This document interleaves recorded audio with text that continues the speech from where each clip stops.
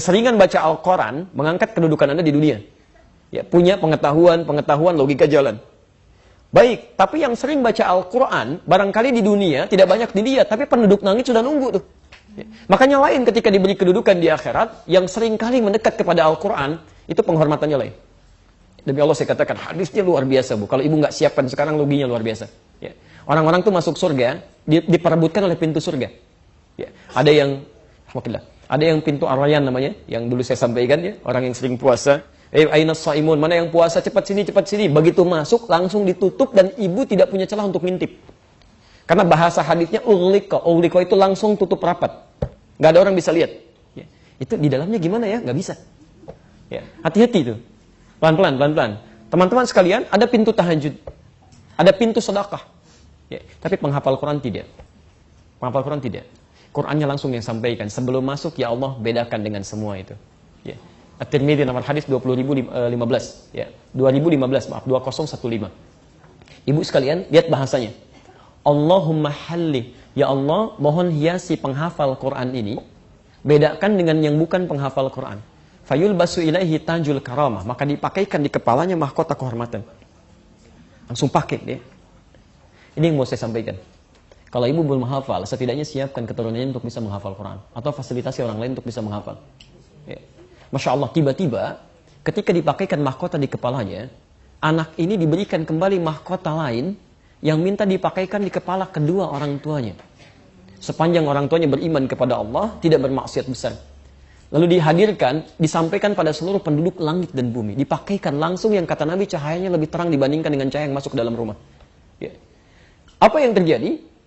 Semua orang pada saat itu, para orang tua itu Masya Allah, tak terlukiskan. Yang tidak menyiapkan, cuman diam, heran. Ada yang tertunduk, ada yang menyesal, ada yang macam-macam.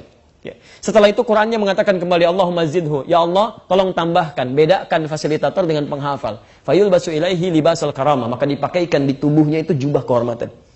Jadi dia pakai jubah, pakai mahkota, mirip pangeran kecil gitu kan. Setelah itu dia gandeng keluarganya, masuk surga, menggandeng keluarganya. Ya.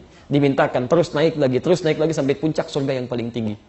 Itu ada tafsirnya di Quran surah ke-35, ya, Fatir ayat 33, posisi paling kiri sebelah atas, dengan di Quran surah ke-52 ayat 21, At-Tur. Quran surah 35 ayat 33 dengan Quran surah 52 ayat 21.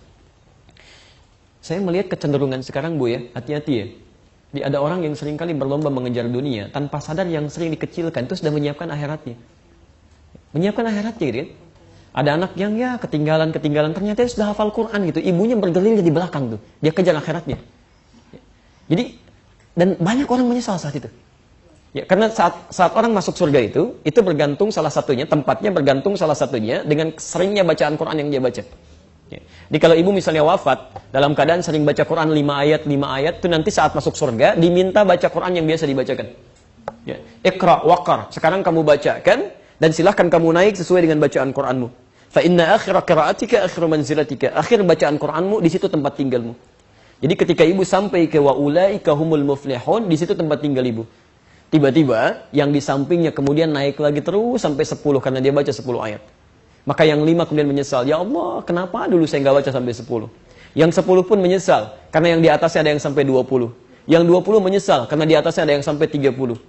Ya, yang 30 juz terus naik sampai ke puncak paling tinggi. Itulah sebabnya anak-anak Palestina yang usia 4 tahun, 5 tahun, termasuk kami di Libya dulu gitu kan.